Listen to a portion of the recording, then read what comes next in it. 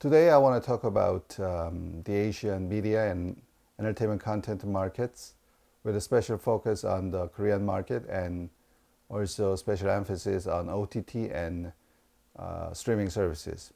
When I say Korea in this discussion, it refers to South Korea, where I come from. First of all, let me talk about content popularity in the region. According to the regional trade magazine called Content Asia, local programs constitute approximately 50% share of the content market when it comes to television. The other half goes to regional content from countries like Korea and global content from global content companies like Disney.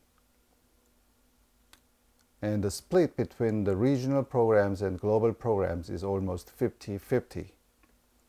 The fact that the strong share goes to regional content may look somewhat surprising, but over the years, there have been regional content leaders with a high popularity in Asia. Japan, Hong Kong, and South Korea have taken their position in turn. Japan still is strong in animation, but their influence of TV shows and pop music was particularly strong in the 1970s and 1980s. Hong Kong was the leader in the 1980s and 1990s. Especially their movies were very well received in the region. Since 2000, Korea has taken that position. To a lesser extent at the moment, Chinese content, especially TV programs, are gaining popularity as well. And now I believe they are becoming a serious challenger to Korea's position as the regional content leader. There is a huge Chinese immigrant population across Southeast Asia. Chinese programs were very well received by them from early on, but now its popularity is growing beyond that. Well, now let me turn to what is now going on in the Asian markets.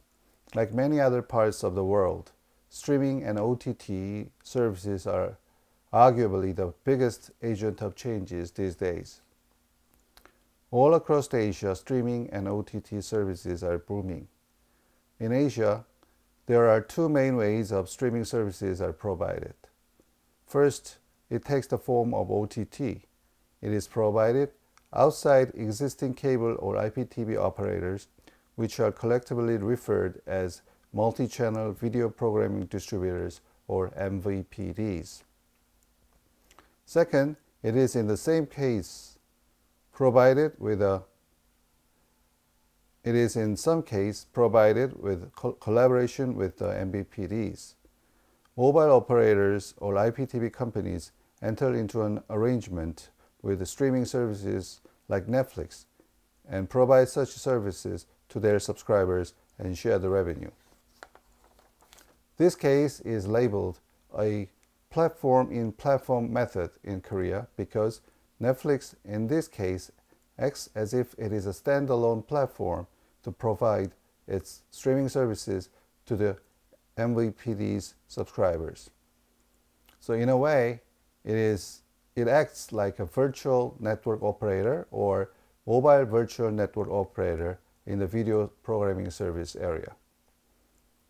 Anyway, this is perhaps the most common form of streaming services in Asia in general and Southeast Asia in particular, where such form of partnership arrangements are most active.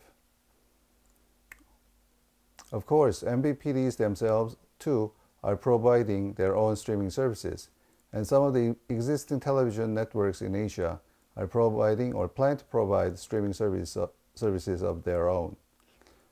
So simultaneous competition and cooperation, as it is called, co-opetition is going on, although it varies from country to country.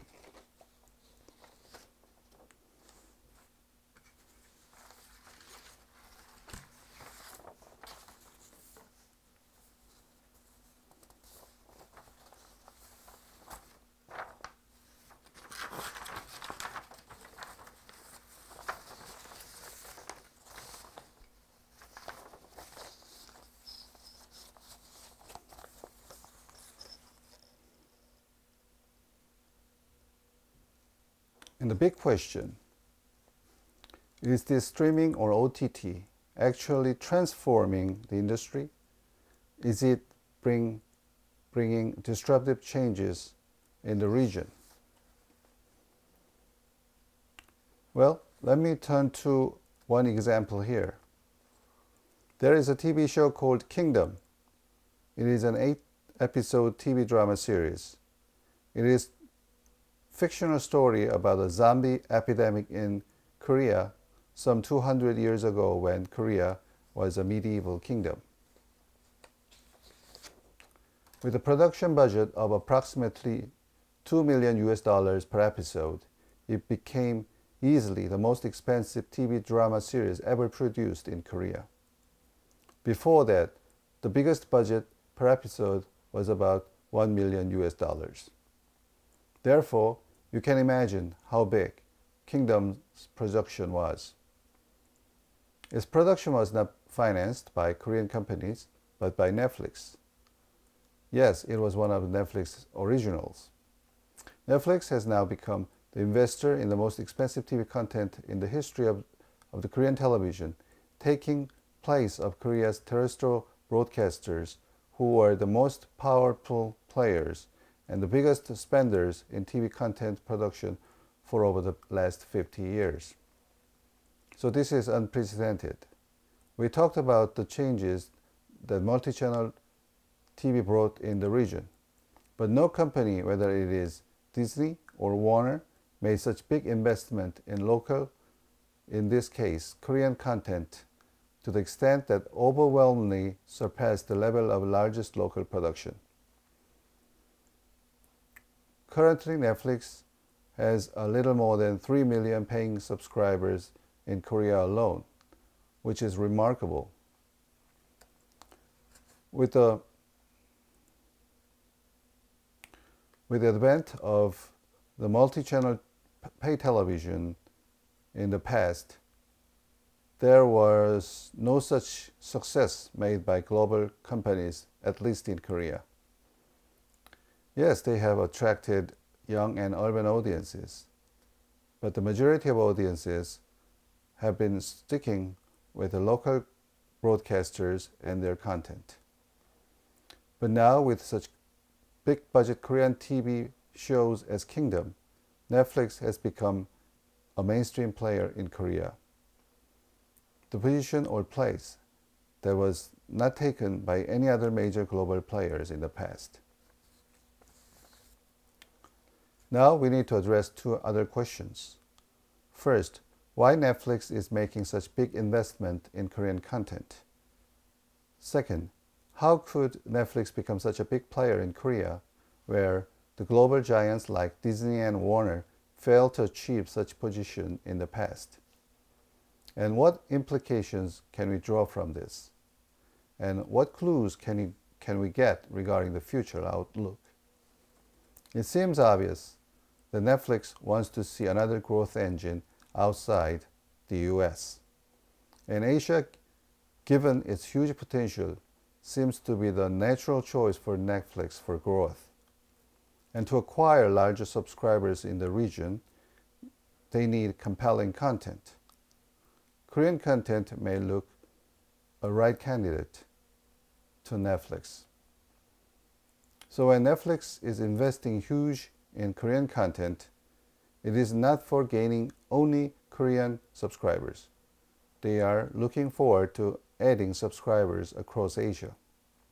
Still, no other global giants in the past did the same thing. They did not invest heavily in Korea, Hong Kong, or Japan to expand in Asia. What is making the difference? First of all, Korean content to their eyes may appear to have enough potential to draw audiences throughout Asia. But more importantly, Netflix seems to be in the next level of so-called localization. Localization has evolved since the global companies entered the region with the advent of multi-channel pay television. At first, localization was simply putting subtitles or having programs dubbed in local languages. Then it takes the form of producing localized versions of successful global formats. MTV and Disney led the way. Disney, for instance, produced some locally adapted versions of High School Musical, such as High School Musical China. Netflix has taken it to the next level. They go out there and buy local stories and pay big for the production of the stories. And the production is done entirely by, in the Kingdom case, the Korean writers and production team. They are doing this not only in Korea. It is reported that they will intend to invest big in the similar way in India. This approach is providing one of the answers to our second question, the reason for Netflix's remarkable growth in Asia and in Korea in particular. Kingdom, for instance, is a show that has as strong commercial appeal as, if not more than, any shows from existing content leaders such as terrestrial broadcasters in Korea. But if I can add, there is another dimension to Netflix's recent success. As Korea's content is getting popularity beyond its borders, Korean producers and artists are beginning to feel the need to make their content more acceptable to overseas audiences. In other words, Korean content itself is trying to appeal to wider audiences beyond Korea. So nowadays, Korean pop music, or K-pop for instance, have their lyrics half in English and half in Korean. When you listen to the songs of BTS, arguably the most well-known Korean pop music artist in the world, you can recognize this. And you might think that they are recording a different version of the same song only in Korean for the Korean market. In fact, they are not. What you listen here is exactly the same song that Koreans listen. It means that now Korean content itself have become a part of the global industry. In part, this was also made possible by a demographic change. The younger generations in Korea, the millennials and generation after that, for instance, they have been exposed to cultural forms of various parts of the world from early on. And they have become the big part of the Korean audiences. Therefore, the Korean industry's self-motivation to make its content more appealing to international audiences is in turn familiarizing Korean audiences with such globalized content that is made in and by Korea.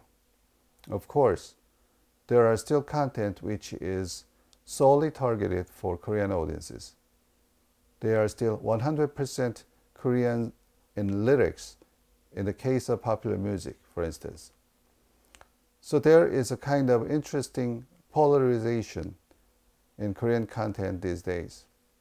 One is content for global audiences, including Koreans. The other is content solely for the Korean viewers and listeners. But when you compare these two from a commercial perspective, the former is much bigger and stronger than the latter in terms of revenues and popularity. Now, as a conclusion, I would like to discuss a little bit about the outlook of the Asian markets. There are two things that I can say, I think. First, the streaming services and OTT services will continue to make profound changes to the regional market as a whole. I particularly focused on Netflix today, but now Disney will enter the scene, which will be followed by Warner Media's HBO Max. And with the local and regional leaders, there will be an increasing level of so-called co-opetition. This will set in motion very intense competitive pressure and dynamics. As a result, the disruption of the existing market order, if you will, is likely to keep going on, and therefore nobody, even Netflix, is safe tomorrow. The terrestrial TV network was leading companies in Korea, but they were hit hard by these OTT and streaming services, and they are trying to find a very difficult way to fight up the new entrants and at the same time transform itself to be better positioned in the new environment. So, second, when it comes to content, more of interaction or learning from one another among local, regional, and global actors will take place. That is more apparent in countries like Korea, as I discussed earlier. And I cannot say all Asian countries will follow suit in the future. Still, certain conditions for such coming together are setting in. For one thing, as you know, streaming services are taking the form of so-called direct-to-consumer, or DTC. With this DTC distribution, content providers from outside can now have a vehicle or mechanism for enhanced interface with consumers in overseas markets. As the SVP of data at Disney Streaming Services one day said, and I quote, "We now have, for the first time, day-to-day interaction with our customers at a large scale globally.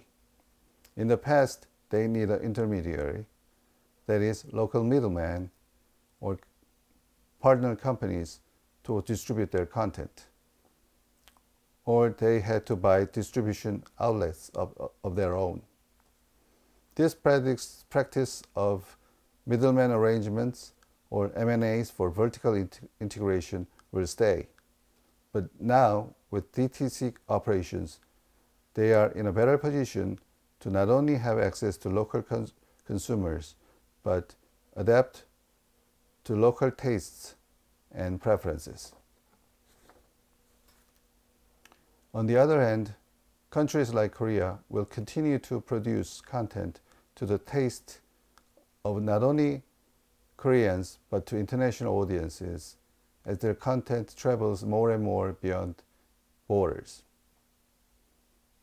So it is a very interesting time for me personally, because I am witnessing unprecedented events in my 20-year professional experiences in the Asian markets. And I think all these factors that I mentioned earlier will work together to make Asia increasingly integrated into the global markets. And I believe this is not about giving up its cultural identity or simply getting so-called westernized. It is rather a two-way process, as I mentioned earlier, about Netflix's enhanced localization efforts, such as the Korean TV show Kingdom. Thank you for listening.